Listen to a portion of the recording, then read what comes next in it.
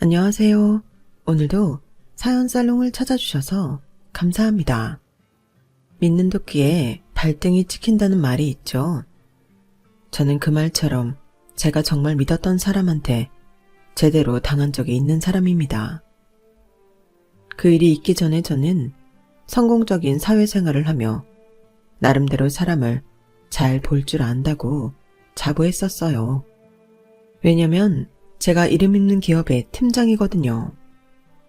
사람을 살피고 관리하는 걸 업으로 하는 사람인데 이렇게 제대로 뒤통수를 맞게 될 줄은 정말 꿈에도 몰랐어요.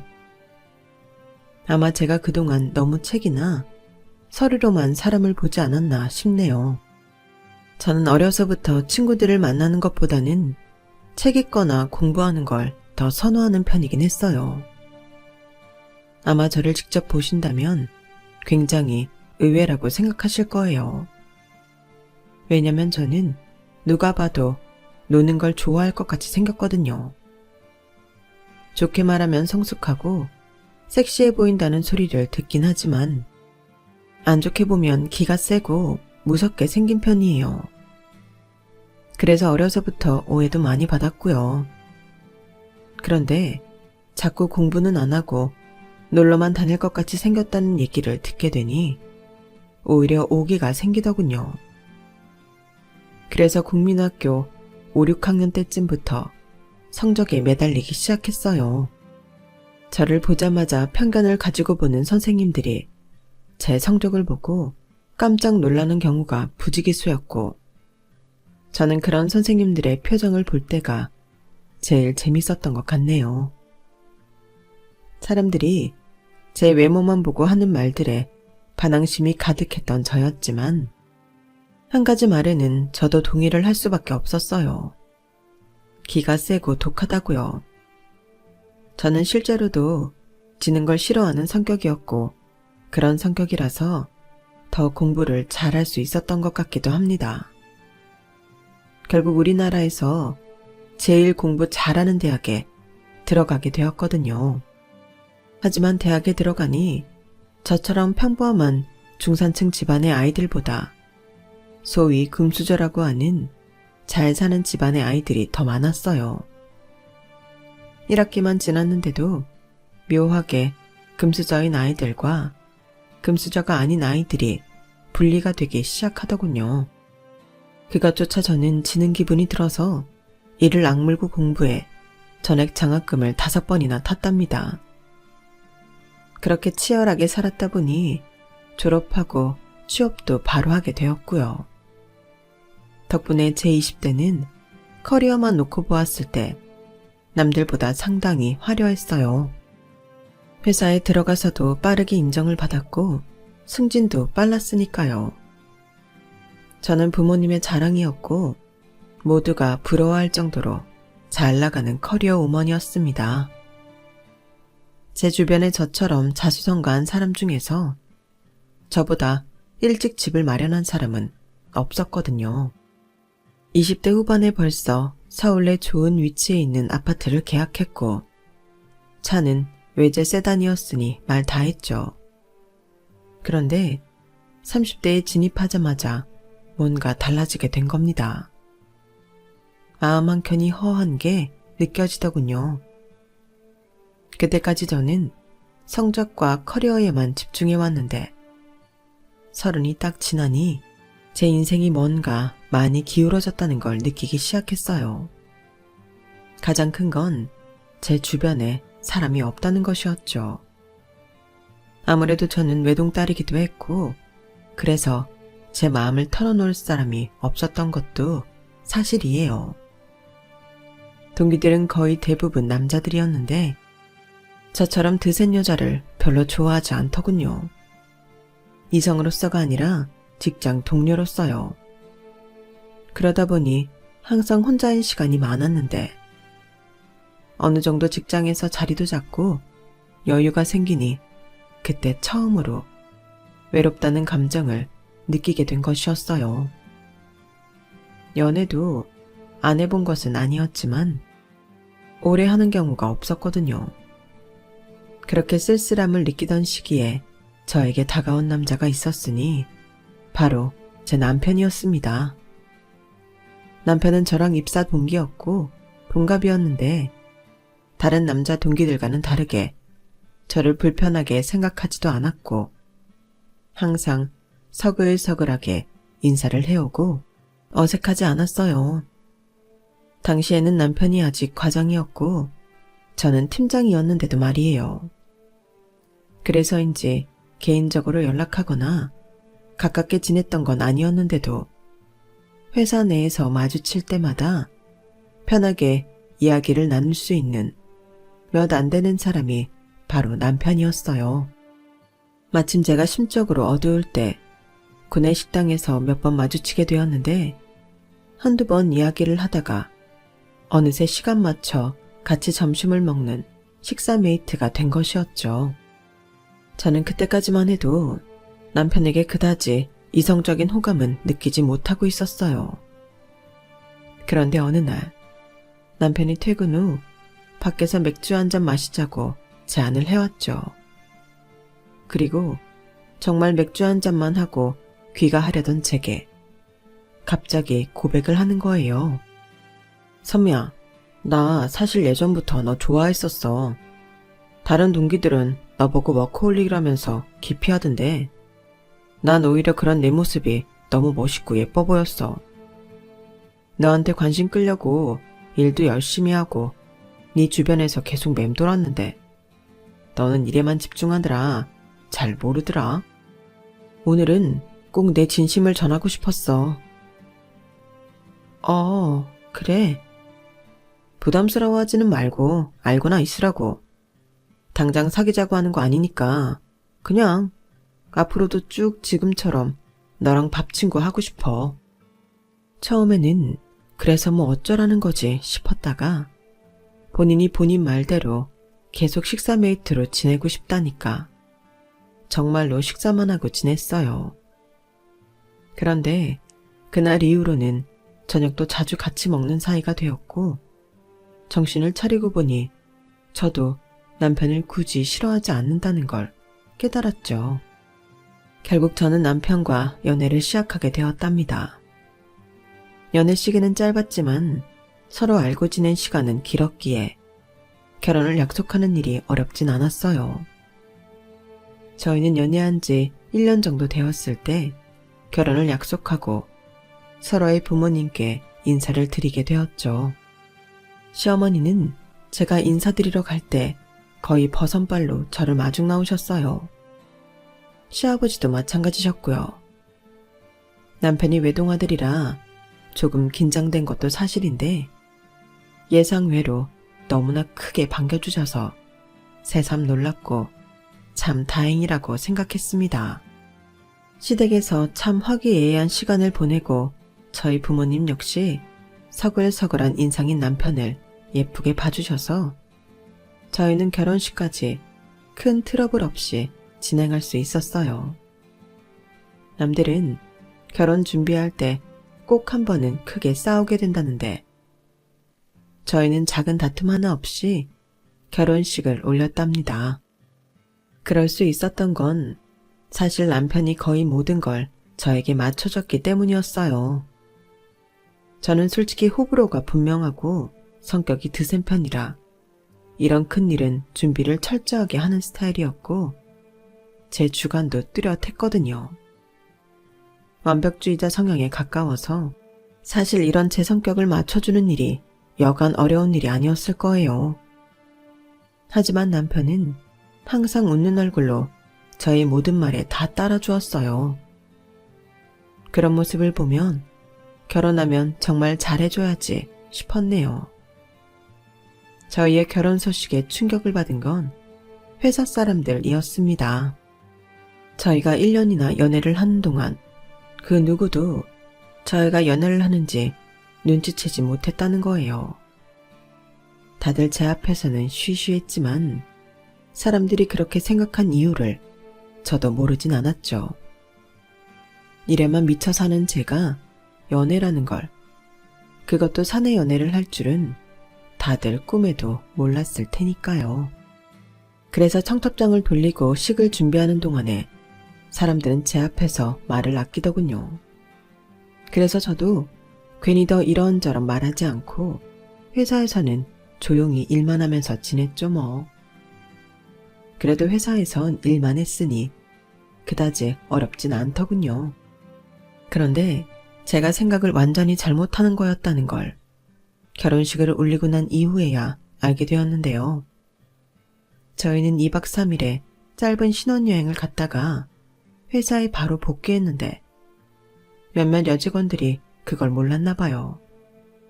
저희 부부가 없다고 생각해서 마음이 편했는지 화장실에서 이런 대화를 큰 소리로 나누고 있더군요. 아니, 김 과장 말이야. 진짜 대단한 사람이긴 해. 대체 무슨 매력이길래 그렇게 돈 많은 여자들만 골라서 만나지? 원래 눈꼴이 그렇게 처진 남자들이 여자 잘 꼬신다잖아. 실제로 성격도 서글서글하니 왜 여자 잘 만나는지는 알 것 같은데. 근데 갑자기 너무 다운그레이드 된 거 아니야? 이미사님 딸에 비하면 장 팀장은... 허이고 강 과장은 장 팀장도 감지덕지지 뭘. 맨날 부장한테 까이고 심지어 저번에는 대리한테까지 일을 배우더라니까. 대체 연차는 어떻게 채우나 몰라. 장 팀장이 인센 받는 것까지 다 합치면 월급도 엄청나게 차이 날걸? 맞아. 이미사 딸까진 아니더라도 장 팀장도 돈 잘 벌잖아. 그리고 오히려 그래서 더 장 팀장 만난 걸지도 모르지. 왜? 이미사님이 강 과장 엄청 싫어해서 딸 데리고 해외로 나간 거래잖아. 하루아침에 낙동강 오리알 신세 된 거라던데. 그거 보면 강 과장이 불쌍하긴 했지. 나 같아도 그런 일 겪으면 금수저 집안에 치가 떨리겠다. 하긴 그때 좀 불쌍하긴 했지. 근데 그렇다고 해도 너무 바로 갈아탔잖아. 회사 사정에 관심 안 두고 일만 미친 듯이 하는 장 팀장은 모르는 눈치던데?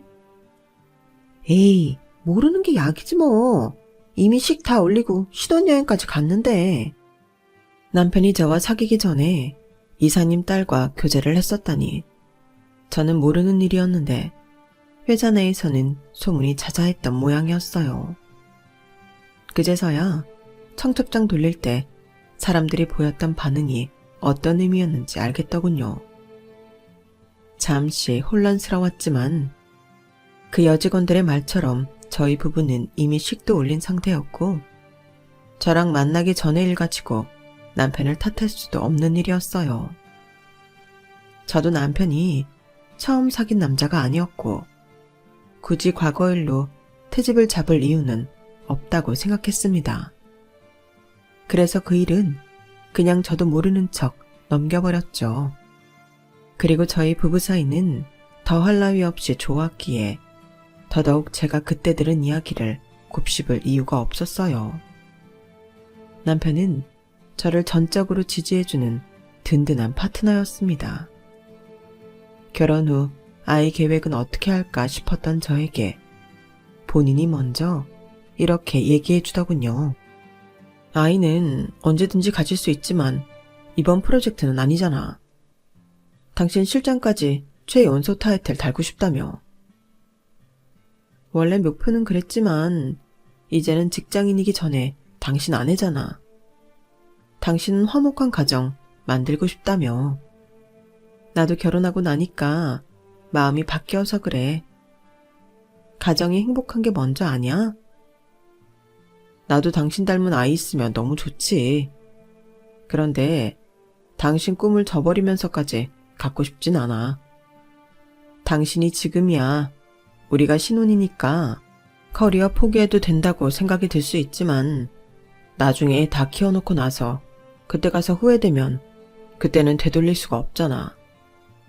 당신이 이루고 싶었던 거 먼저 이루고 나서 아이는 가져도 돼. 목표가 멀지도 않고 코앞인데 왜 그걸 포기하려 해. 그리고 그렇게 멋있는 엄마가 되면 오히려 나중에 아이가 엄마를 더 멋있어하고 뿌듯해할 거야. 저는 자신의 로망보다 제 커리어를 더 응원해주는 남편에게 정말 크게 감동했어요. 남편은 말뿐만 아니라 자신이 당분간 살림을 더 많이 하겠다며 저를 적극적으로 응원해 주었죠. 제가 야근을 하게 되는 날에는 도시락도 가져다 줄 만큼 절 챙겨줬어요. 이렇게까지 외조를 해줄 수 있는 남편이 세상 천지에 어디 있겠어요. 저는 남편의 전폭적인 지지에 힘입어 일에 더욱더 매진할 수 있었고, 결국 제가 담당하고 있던 프로젝트를 크게 성공시킬 수 있었답니다.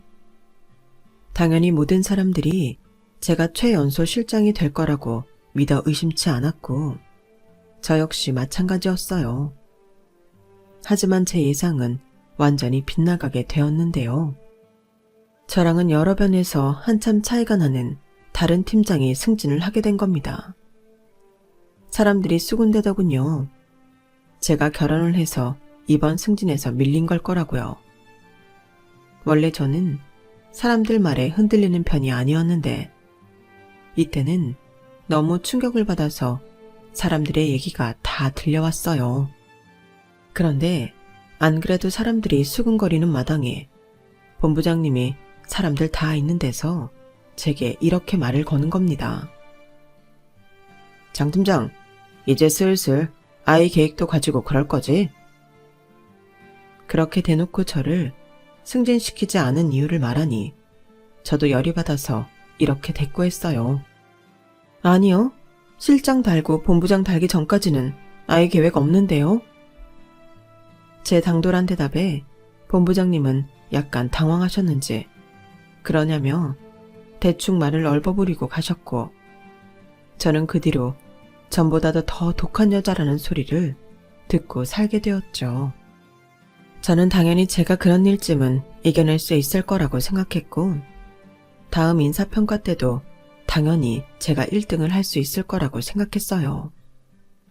하지만 제가 심적으로 영향을 받게 된 것인지 저는 실적도 전보다 낮게 나왔고 당연히 다음 승진도 못하게 되었죠.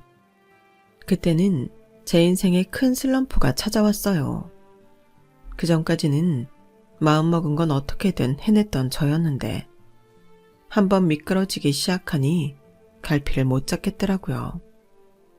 그런데 설상가상으로 2번이나 승진에 실패한 뒤로부터 저에 대한 이상한 소문들이 퍼지기 시작하는 거예요. 제가 일에만 미쳐 사느라 가정에는 소홀하고 남편만 독박 살림에 원치 않는 외조까지 한다고 말입니다. 여자가 저렇게 밖에서 드세게 구니까 남편이 도저히 제 길을 못 펴고 산다고요. 남편은 남의 말에 너무 신경 쓰지 말자고 했지만 한번 평정심을 잃게 되니 자꾸만 흔들리게 되더군요. 그리고 사람들 말처럼 내가 너무 남편 길을 죽이고 살고 있나 싶어서 점점 남편 눈치도 보게 되었어요. 회사도 가정도 전부 불편해지게 되자 어느 날부터인가 남편과의 대화도 점점 없어지게 되었죠. 지금 와서 생각해보면 그 모든 일이 불과 4, 5개월 만에 빠르게 진행되었다는 게 이상하네요. 하지만 그걸 겪고 있는 그 당시엔 전혀 눈치채지 못했어요. 서서히 끓어오르는 물에 몸을 담그고 있는 개구리같이 모든 상황들이 저에게 불리하게 돌아가고 있다는 걸 제대로 파악하지 못하고 있었죠. 어느 날 갑자기 남편이 제게 이혼 통보를 하기 전까지는 말이에요. 그동안 생각이 많았어. 내가 당신한테 큰 도움이 되지는 못할 망정 발목을 잡고 있는 게 아닌가 싶더라고. 당신은 아니라고 하겠지만 나는 그래도 눈치가 보이는 게 사실이야. 미안해. 나도 내가 이렇게 흔들릴 거라고 예상하지 못했는데 아무래도 사람들 말이 어느 정도는 맞는 것 같아.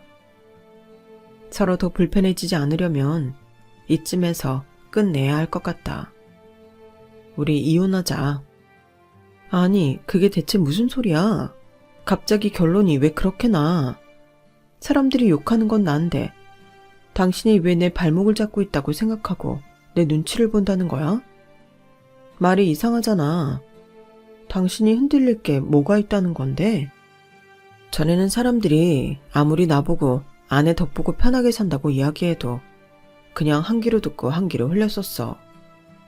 그런데 최근 당신이 일적으로도 힘들고 이런저런 소문 때문에 힘들어도 내가 아무런 힘이 되어주지 못하는 걸 보고 나 자신에게 많이 실망하게 되더라. 그리고 난 역시 당신 같은 사람한테 어울리지 않는다는 걸 느꼈지. 당신은 나보다 더 큰 사람을 만나야 해. 나보다 더 당신을 도와줄 수 있는 사람 말이야. 그러니까 지금 뭐 사랑해서 헤어진다 그런 개소리를 하는 거야? 아니, 그것도 무슨 상황이 맞아야 그러려니 하지. 사람들이 뭐라고 하는 걸 갖고 이혼을 하자고? 선미야, 나한테는 정말 중요한 얘기야. 나 정말 고민 많이 하고 얘기하는 거라고. 남편은 계속 앵무새처럼 같은 말만 반복하고는 돌아갔어요. 예고도 없이 갑작스러운 이혼 통보를. 그것도 일하다가 갑자기 회사 옥상으로 불려나와 받게 되다니 황당하기 그지없었죠. 남편의 이혼 통보가 슬프고 상처가 되기도 했지만 이해가 안 됐던 게 더 컸어요. 아무리 생각해도 말이 앞뒤가 맞지 않았고 제가 물어보는 말에 자꾸만 동문서답을 하면서 말을 빙빙 돌리는 게 이상하기만 했어요. 좋은 말로 아무리 포장해봤자 결국 남편의 입장은 어쨌든 자기는 이혼을 하겠으니 그런 줄 알으라는 것밖에 되지 않았거든요. 그날 저녁에 집에 일찍 퇴근을 해서 더 자세하게 자초지종을 이야기해 봐야겠다고 생각했는데 남편은 연락도 안 되다가 12시가 넘어서야 술에 잔뜩 취해 집에 들어오더군요. 그것도 회사 동료 등에 엎혀들어왔어요.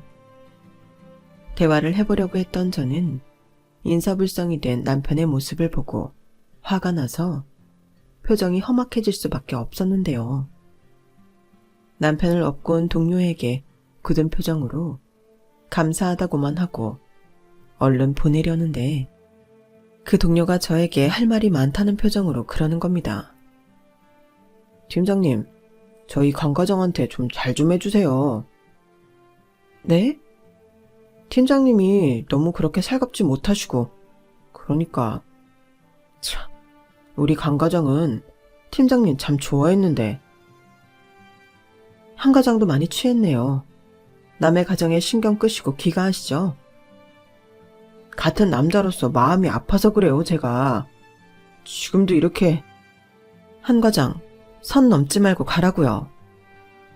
화가 머리 끝까지 난 제가 직장 상사처럼 명령조로 말하자 잠깐 술이 깨는지 그 동료는 꾸벅 인사를 하고 가더군요. 그날은 술에 잔뜩 취한 남편을 소파에 아무렇게나 버려두고 담요도 대충 그 위로 던져두고 따로 잠들었습니다. 다음날 출근해서 남편에게 오늘 퇴근하고 밖에서 만나. 이혼 얘기 제대로 다시 해. 이렇게 문자를 보내놓고 일에만 매진하고 있었죠. 가만히 있으면 속 시끄러워서 일에만 매진했더니 업무는 잘 되더군요. 그런데 점심시간 좀 지난 오후에 시어머니한테서 연락이 오는 거예요. 퇴근하고 저녁에 둘이 잠깐 보자면서요. 남편이 시어머니한테도 이야기를 한 건가 싶어 또다시 화가 났지만 무슨 얘기를 할지 궁금해서 일단은 알겠다고 했습니다. 시어머니는 제 퇴근 시간에 맞춰서 회사 앞 카페에 있다고 문자를 보내셨고 저는 조금 이른 퇴근을 하고 바로 그 카페로 나갔죠. 가보니 시어머니는 캐리어를 하나 옆에 두고 결연한 표정으로 앉아 계시더군요. 갑자기 무슨 캐리어를 끌고 왔나 싶어 의아했지만 그보다도 더 중요한 할 얘기가 있었기에 저도 자리에 앉았어요. 제 몫에 아메리카노도 시켜놓으셨길래 제가 빵이라도 시킬까 물어봤지만 시어머니는 할 말만 빠르게 하고 가겠다며 저를 앉히셨어요. 형국이한테 들었어. 너 이혼한다고. 그런데 우리 아들은 마음이 확고한데 네가 아직 마음을 못 정했다고 하더구나. 그럼 이혼 결정을 하루 만에 어떻게 정할 수가 있겠어요. 남편이 언제부터 어머님께 얘기했는지는 모르겠는데 저한테는 어제 처음 얘기했어요. 그것도 근무 중에요. 뚜렷한 이유도 없이 갑자기 이혼을 하자는데 납득도 안 가고 저도 생각할 시간이 필요하잖아요. 그것 때문에 오신 거예요. 그래. 아무래도 형국이는 내게 미안해서 말을 제대로 못하는 것 같아서 말이다. 우리 형국이가 착하고 마음도 여리잖니? 그동안 3년 가까이 너랑 결혼 생활하면서 우리 아들이 마음고생 많이 했다. 본인은 괜찮다 했지만 가정에는 소홀하고 허구한 날 회사에만 있는 아내를 어떤 남편이 좋아하겠니? 아니에요, 어머님. 그건 남편이 먼저 그러라고 해서 그런 거예요. 오히려 아이를 먼저 갖겠다고 한 건 저였고 결혼도 했으니 가정에 더 충실하겠다고 얘기한 건 저였어요. 그런데 남편이 목표부터 이루고 그러라고 해서 일에 매진했던 거였고요. 남편이 그러라고 했다고 정말로 살림 내버려두고 일만 하라는 뜻이었겠니? 너도 참. 우리 때는 아내가 집안일 하는 건 당연했고 그러면서도 일에 매진했단다. 저도 그래요, 어머님. 저도 집안일 남편한테 독박으로 시키지 않았어요. 각자 역할 분담도 확실히 했고요. 말을 한마디를 안 지고. 됐다. 이제 와서 서로 잘잘못 따지자고 부른 거 아니다. 이거부터 확인해 보거라. 시어머니께서 뭔가를 단단히 오해하시는 것 같아 제가 설명을 해드렸을 뿐인데 시어머니는 제 말을 들으라고 하질 않더군요. 그러더니 옆에 있던 캐리어를 저에게 밀어주시는 거예요. 뭔가 싶어서 열어본 저는 정말 깜짝 놀랐습니다. 현금으로 5만 원짜리가 한가득 들어있더군요. 저도 대기업 팀장으로서 나름 돈을 잘 버는 축에 속했지만 그 정도로 많은 양의 현금을 보는 건 처음이었어요. 그런데 시어머니 입에서 나온 금액은 생각보다도 더 엄청났죠. 3억이다. 이 정도면 네가 새 인생 찾기에 부족함 없을 거야. 우리 아들은 이미 이혼 의사가 확실하니 더는 질척이지 말고 깔끔하게 이혼해 다오. 이걸로 더 이상의 지지부진한 대화는 없었으면 좋겠구나. 3억이라고요? 그래, 은행에서 정확하게 세왔다. 못 믿겠으면 네가 한 번 더 세어봐도 좋고. 이제 이걸로 이야기는 마무리된 거겠지? 일단 오늘은 들어가시죠. 내가 무슨 말 하는지 알아들었으리라 믿고 이만 가보마. 시어머니는 먼저 자리를 뜨셨고 저는 그 카페에 남아 한동안 생각에 잠겼습니다. 아무리 생각해도 남편에게 제가 모르는 뭔가가 있다는 생각이 들었어요. 여러분이 보기에도 너무 수상하지 않나요? 하루아침에 갑자기 이혼 통보에 말도 안 되는 이유를 우겨가면서 이런 거액까지 안겨준다는 게요. 특히 저희 시댁은 그다지 부유한 편도 아니었고 저희 친정이 오히려 잘 산다면 더 잘 사는 편이었어요. 형편이 넉넉하지도 않은데 돈으로 문제를 해결하려 들다니 무슨 꿍꿍이가 있어 보였죠. 저는 생각 정리를 마친 후 현금 3억이 든 캐리어를 끌고 집으로 돌아왔어요. 먼저 집에 와 있던 남편은 제 눈치를 살살 보면서 묻더군요. 엄마랑 잘 얘기하고 왔어? 그래. 네가 그 정도로 마마보이인 줄은 몰랐는데 이번에 알았네. 피곤할 텐데 일단 오늘은 쉬어. 내일 내가 서류 만들어서 올게. 맘대로 해.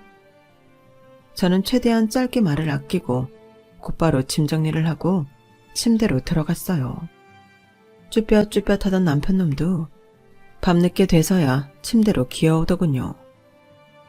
저는 눈은 감고 있었지만 사실 말똥말똥 깨어있는 상태였어요. 이틀간 말도 안 되는 일을 겪으니 잠이 올 리가 있나요? 남편은 제가 잠들었다고 생각했는지 쉴 새 없이 누군가와 메신저를 주고받다가 잠들었습니다. 깊은 새벽이 되어서야 저는 침대에서 일어났고 남편의 핸드폰을 들고 화장실로 가 그 안을 뒤지기 시작했어요. 남편의 비밀번호는 본인 생년월일이더군요. 지금 생각해봐도 참 단순한 인간이었어요. 남편과 밤늦게까지 메신저를 주고받던 사람은 시어머니와 한 여자였어요. 3억을 건네받았던 카페에서 이미 웬만한 가능성을 전부 생각하고 왔기 때문에 그다지 충격은 아니었습니다. 하지만 마음 한켠이 무너지는 느낌이 드는 건 어쩔 수 없더라고요.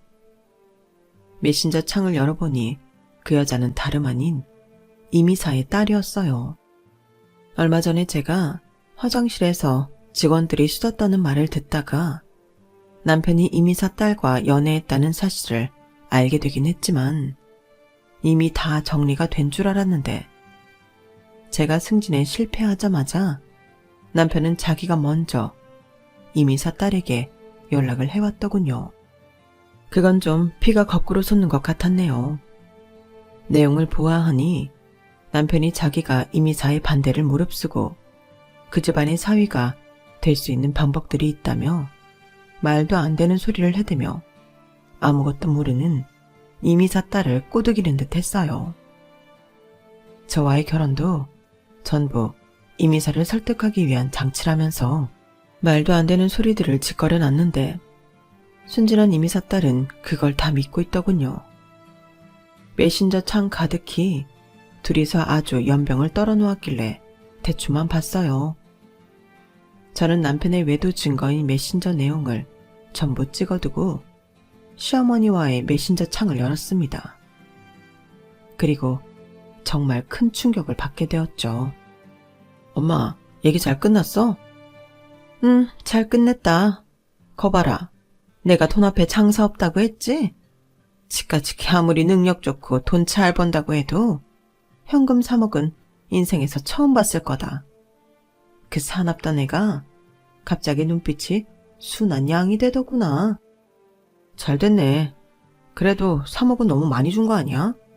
한 1, 2억만 줄 걸 그랬나 봐. 이미 되돌릴 수 없는 거 후회하지 말어. 후회할 거면 네가 얘랑 결혼한 걸 후회해야지. 그때는 내가 이런 말도 안 되는 횡재를 하게 될 줄 알았어. 적당히 비위 맞춰주면서 편하게 살다가 위자료 받고 이혼하기에는 나쁘지 않아 보였단 말이야. 좋게 좋게 생각하자. 우리 선미가 승진 못하느니 나한테 와서 내가 로또 1등이 된 거야. 그것도 25억이다 말이지. 아이고 말은 회사 내에서 네 와이프 별로라고 이상한 소문 퍼뜨리고 다닐 때는 언제고? 아니야. 오히려 너무 잘 됐지. 내가 선미 이상한 애로 만들어 놓고 나니까 이렇게 이혼하기 편하잖아. 잘났다 잘났어. 그나저나 너 걔는 연락 돼? 이미사 딸? 되기는 되는데 아우 그년 더럽게 징징거려. 누가 부잣집 딸내미 아니랄까봐. 나도 이제 부자인데 굳이 얘 비위를 계속 맞춰줘야 돼? 그냥 어리고 이쁜 애나 끼고 살면 안 되나? 이미사 그 양반 재산이 얼만데? 그 집안은 이미사 아버지의 아버지로부터 부자였다니까. 정신 차려 이거사. 살다 보면 그 돈도 그렇게 많은 돈 아니야. 뭐 알았어. 일단 계속 작업은 해볼게. 저는 살면서 로또 1등 당첨됐다는 사람은 그날 처음 봤어요. 그 사실도 엄청난 충격이었는데 그게 제 뒤통수를 때리고 있는 남편이라는 사실이 정말 기가 차더군요. 메신저 내용을 쭉 살펴보니 이 인간은 자기가 로또 1등에 당첨됐다는 사실을 알게 되자마자 저를 불러내 이혼 통보를 한 거였더군요. 그렇게 한순간에 저를 버렸다는 것도 어이가 없었는데 더 어이가 없었던 것이 바로 회사 내에서 저에 대한 안 좋은 소문들이 생기게 된 것이 바로 남편 때문이라는 사실이었어요. 그제서야 저는 전날 술에 취한 남편을 업고 왔던 한 가장이 저한테 선 넘은 소리들을 한 이유를 알겠더라고요. 남편과 가까이 있는 사람들은 아마 전부 남편의 얄팍한 연기와 거짓말에 속아 넘어갔겠구나 싶었어요. 그러니 회사 전체에 말도 안 되는 소문들까지 들려왔던 거겠죠. 가장 믿었던 남편에게 제대로 배신당한 저는 한동안 뇌가 정지된 것 같았어요. 하지만 차가운 화장실 바닥에서 이내 정신을 차리고 일단 모든 메신저 내용을 사진으로 찍어두었어요. 남편의 핸드폰을 제자리에 돌려놓은 다음 거실에서 한참 동안이나 생각을 했어요. 이대로 얌전히 이혼해줄 수는 없잖아요. 어떻게 하면 이 멍청하고 괘씸한 놈을 제대로 혼내줄까 생각하던 저는 그 새벽에 가장 빠른 보스턴 비행기표를 검색하고 곧장 공항으로 갔습니다. 다행히 이른 아침에 비행기가 있더군요. 오랜만에 저의 그 지기 싫어하는 성격이 제대로 나타나게 된 것이었죠. 공항에 도착하자마자 회사에 급하게 연차를 쓰고 보스턴행 비행기에 올랐어요. 이미사가 보스턴 지사에 있다는 걸 알고 있었기 때문이죠. 지금 생각해도 정말 무모한 일이었던 것 같기는 하네요. 하지만 당시에 저는 복수심에 눈이 멀었었기 때문에 아마 더한 짓도 할 수 있었을 거예요. 저는 13시간이 걸려 보스턴에 도착했습니다. 비행기에서 내려 핸드폰을 켜보니 남편은 기껏 준 캐리어도 놔두고 어디 갔냐며 문자를 잔뜩 보내놨더군요. 저는 하나도 답장을 안 하고 저희 회사 보스턴 지사를 찾아갔어요. 그리고 다짜고짜 이미사를 찾았죠. 한국지사에서 일하고 있는 장선미 팀장이라고 합니다. 따님 문제로 임용국 이사님 좀 뵈러 왔는데요. 약속하고 오신 건가요? 아니요. 이미사님께 강영국 와이프라고 소개해 주시겠어요? 그럼 만나 주실 거예요. 아니나 다를까 남편의 이름을 대자 곧바로 이사실 문이 열렸고 저는 그때 처음으로 이미사를 만나게 되었어요. 이미사는 저를 보자마자 상당히 불편한 표정을 지으며 째려보더군요.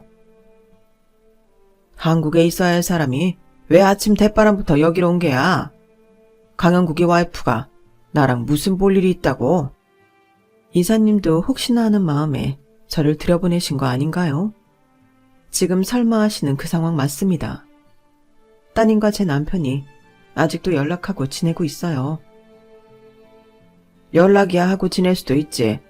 그래서 고작 그거 가지고 날 보자고 한 거야? 둘 사이에 야반 도주까지 이야기가 오가는 것도 알고 계십니까? 뭐? 걱정 마 자기야. 자기 닮은 예쁜 딸 낳을 때까지만 숨어 있어 보자. 원래 결혼 반대하시는 어르신들이 손주 생기면 마음이 변한다고 하더라. 이거 계속 읽어드려요? 이리 가져와 보게나. 이미사는 제가 잔뜩 찍어온 남편의 메신저 내용을 그 자리에서 전부 읽었어요. 자기 딸과 나눈 메신저와 시어머니와 나눈 메신저까지 몽땅이요. 당연히 시어머니 앞에서 자기 딸을 욕하는 것까지 전부 다 보고 말았죠. 화가 머리끝까지 났는지 이미사는 얼굴이 벌개져서 한동안 씩씩거리더니 찬물을 벌컥벌컥 마시고는 저에게 물었습니다. 자네는 뭘 바라고 왔나? 이 두 년놈들은 내가 확실히 조져넣을 수 있다만 여기까지 찾아온 이유가 고작 그것뿐만은 아닐 테지. 따님도 피해자시니 따로 상간자 소송을 하지는 않을 겁니다. 대신 유리한 조건으로 이혼할 수 있게 능력 있는 변호사를 붙여주세요. 그리고 제가 회사에서 유부녀라는 이유로 승진이 막히고 있습니다. 이왕 힘써주시는 김에 그 부분도 해결해 주셨으면 합니다. 승진을 시켜달라고? 어디까지? 한 단계만요. 이번 프로젝트 반드시 성공시킬 테니 제 실적 보시고 당연한 말씀 몇 마디만 해주시면 될 것 같습니다. 이미사는 저를 보더니 하! 하고 기가 차다는 웃음을 짓더군요. 그리고 알았으니 이만 가보라고 손을 휘휘 젓길래 저는 얼른 그 자리를 나왔답니다. 저는 다시 한국으로 돌아오는 비행기 안에서 두 다리 쭉 뻗고 푹 잠들 수 있었어요. 새벽 늦게 집에 들어오자 남편이 후다닥 저에게 다가와 대체 어딜 갔었냐고 그러더군요. 당신 걱정되게 왜 그래? 나한테 연락이라도 좀 하지. 걱정 같은 소리 하네. 비켜. 이거 서류 작성해왔어. 당신 이것 때문에 그래? 뭐 그렇다고 볼 수도 있겠네. 저는 그 와중에 제게 이혼 서류를 내미는 남편놈한테 빈정거리며 그 서류들을 다 찢어버렸습니다. 당신 뭐 하는 거야?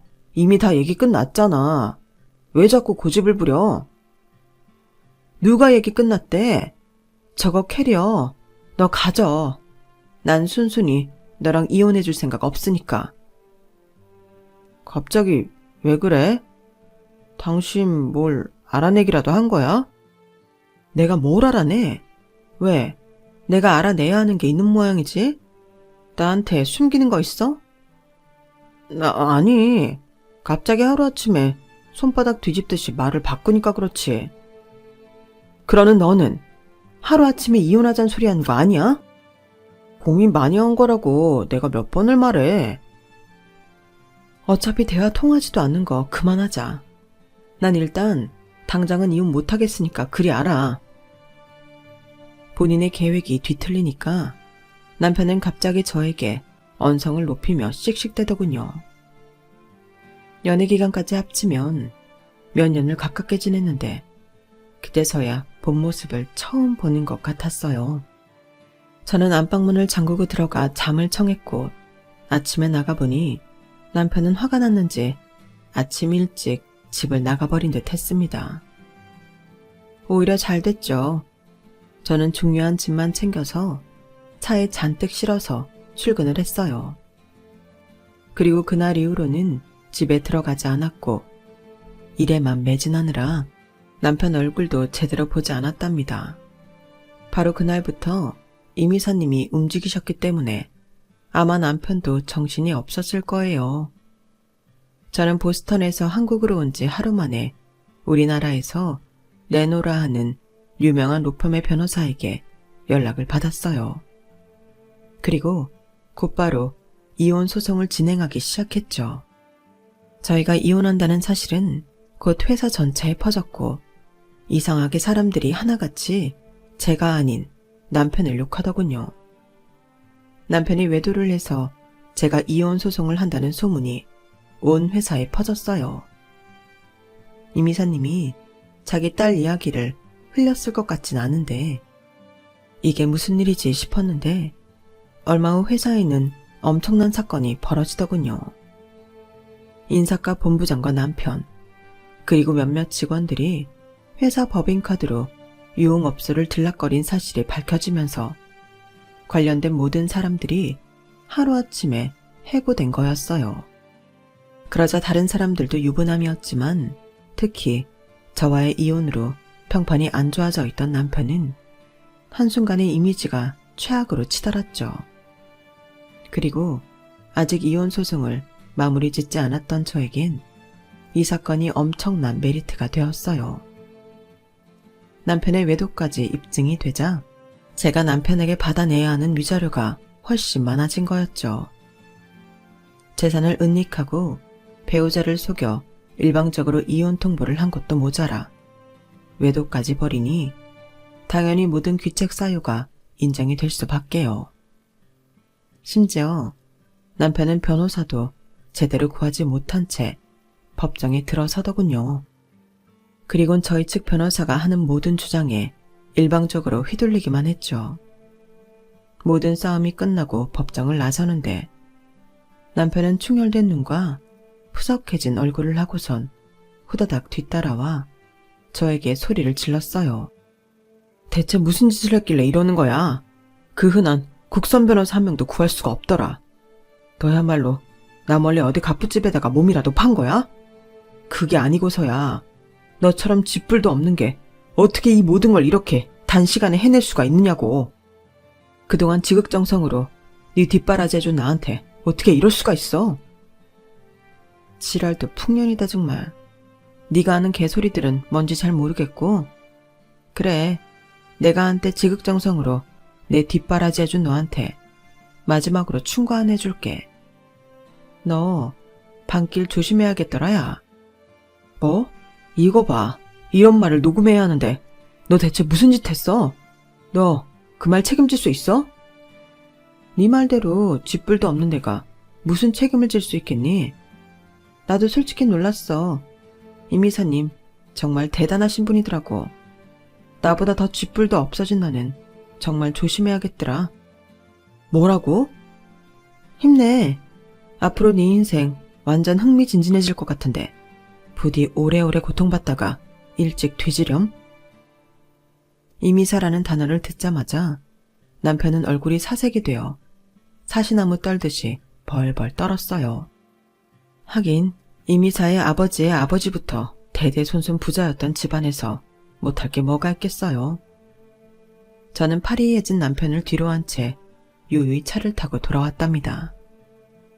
마음이 편안해지다 못해 신이 나니 당연히 일은 더 잘 될 수밖에 없었고 저는 그 해에 역대급 실적을 달성하며 최고의 연말을 보냈어요.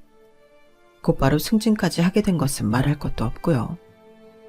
남편에게 받은 억대 위자료와 회사에서 받은 엄청난 인센으로 저는 얼마 전 회사 근처 고급 단지에 펜트하우스로 이사를 할 수 있었답니다. 이혼을 한 뒤로 벌써 1년이 다 되어 가네요. 솔직히 승진이 확정되고 수많은 직원들에게 축하까지 받고 나서 연말연시에 한숨 돌리는 시간을 가졌는데 그때는 조금 마음 한켠이 비어버린 느낌이 들었어요. 저도 사람이고 여자인지라 여유 시간을 가지게 되니 그때는 복수심에 눈이 멀어 충분히 느끼지 못했던 씁쓸함과 배신감, 외로움 같은 어두운 감정들이 아직 남아있다는 걸 알게 되었네요. 그래서 올해는 일도 일이지만 주변에서 들어오는 소개 자리를 마다하지 않고 있어요. 웃기죠? 제가 미혼일 때는 누구도 저에게 남자를 소개시켜준다는 말을 않더니 그렇게 요란하게 이혼을 하고 나니 다들 제가 불쌍해 보였나 봐요. 어쨌든 저도 마다하지 않고 나가서 재미있는 시간을 보내고 오기도 한답니다. 남편은 법정 앞에서 만난 이후로 소식도 없고 얼굴도 못 봤어요. 저희 사이에 애가 없는 게 천만 다행이었네요. 저는 앞으로도 제 인생을 마음껏 즐기며 살아가려고 합니다. 지금까지 저의 파란만장했던 이혼 이야기를 들어주신 여러분, 진심으로 감사드립니다. 항상 건강하시고 행복하세요. 여러분, 사연 댓글에 응원과 현명한 조언 부탁드려요. 좋아요와 구독은 저에게 큰 힘이 됩니다. 오늘도 좋은 일 가득하세요.